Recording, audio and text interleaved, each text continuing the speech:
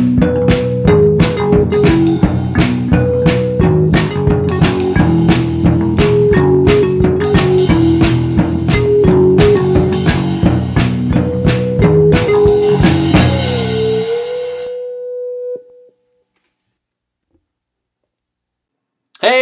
welcome back to the Big Show. My name is Matteo. I'm going to be drinking a beer. We're in December. How did that happen? When did it suddenly become December? I don't know. This year seems to me to have flown by so quickly because it's December. The weird thing is that I believe that we are at the earliest possible date that Thanksgiving can happen. We get to enjoy a lot more of the Christmas season than we usually do, which is awesome. Enjoy the Christmas season, because if this year is any indication of how fast time has flown, we're going to be through the Christmas season before you know it. So on to this week's beer, which is Sierra Nevada's Celebration Beer. Now, interesting thing about this beer is that I love Sierra Nevada just plain as it is. It's a really good IPA. It's pretty hoppy, and just in that way it's kind of bitter, but I still love it, and it's one of my favorite beers. Interestingly enough, the Celebration Beer, is quite a great beer. It's actually made with pine hops, so that's interesting, and really tastes great.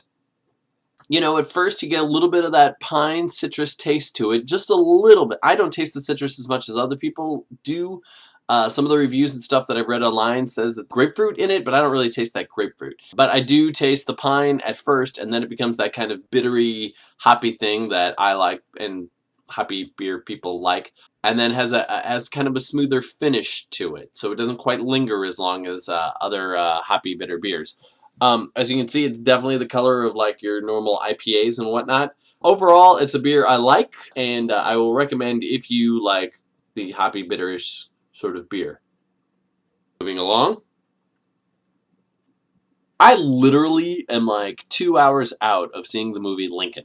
I'm sure my thoughts haven't completely formed on it yet, but I will just right now say that if Daniel Day-Lewis doesn't win Best Actor, it's a travesty.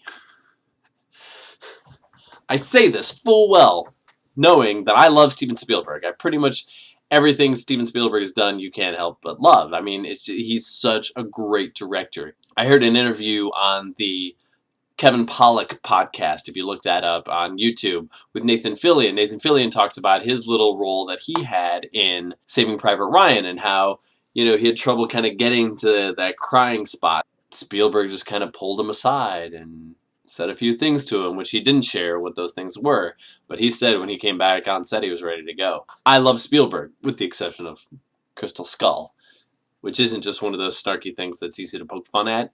I hate to say I hate it because I love Indy, but the fun and adventure in that movie is not at all the same as it was in any of the other Indiana Jones movies. Sorry, I sidetracked. But, you know, so I love Steven Spielberg, and the cinematography is amazing. And there are, I think I read somewhere online, 145 performances in this movie, and they are all pitch perfect. But Daniel Day-Lewis goes on to create a brilliant and warm picture of Lincoln. You know, in this movie, Lincoln sort of has all these like little tales, parables. Can't think of the perfect word for it. But, you know, he has these little moments where he tells these stories. He's either using them to make a point or to calm the tension, or they're fantastic. And he's got two really great monologues, one of which is a story that he tells to his cabinet. And then the other one's at the end when he gets really upset when his cabinet tells him that they should not vote on 13th Amendment. And both those are amazing, but certainly the one he gives to his cabinet is fantastic. And the monologue itself is amazing. And so I'm thinking to myself the whole time, I'm like, I wonder who wrote this, because those monologues are fantastic. And then, of course, it turns out it's, you know, Tony Kushner, who's an amazing playwright in and of his own right. And so here he is writing these fantastic monologues for Lincoln. Daniel Day-Lewis' portrait of him is you know, I can't, the only word I can keep coming up with is warm. Daniel Day-Lewis does this like awesome kind of walk that you can imagine Lincoln had. But, you know, there's a great scene in there where he's debating about whether or not sending this really important telegram over the telegraph. And he's sitting with two younger soldiers and does that thing where, you know, he talks about something that relates to that moment. And even goes so far as to then, you know, it helps him change his mind on the telegraph. And then goes through and as he's walking out, touches each of them on the shoulder.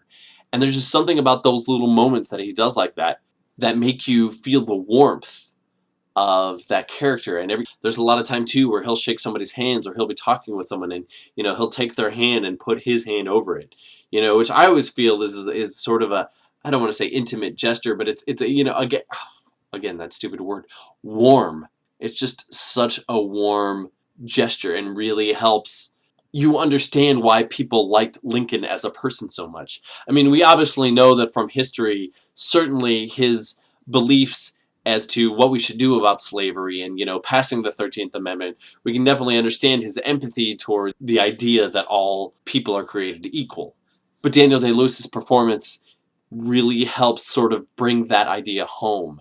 And just watching it, I felt so much more respect for Lincoln. Just brings this very sort of fatherly person. I mean, I'm sure there are people in your life who everybody loves. You know, they're just one of those people who every time they're around them, that person makes them feel like they're the most important person in the room. And that part of this portrayal of Lincoln, which is just fascinating. But again, just the pictures and the ideas. This movie is politics from, you know, the start to the finish.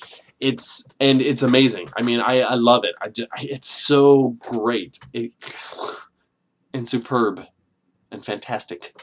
You really feel like you get to know who Abraham Lincoln was, and it's astounding.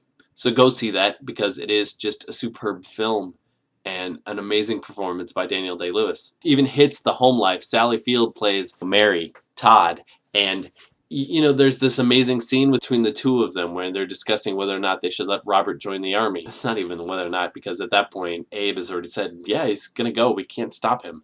Mary Todd is literally on the floor saying, like, you thought I was insane. You wanted to put me into the madhouse because of what happened to Willie and when Willie died.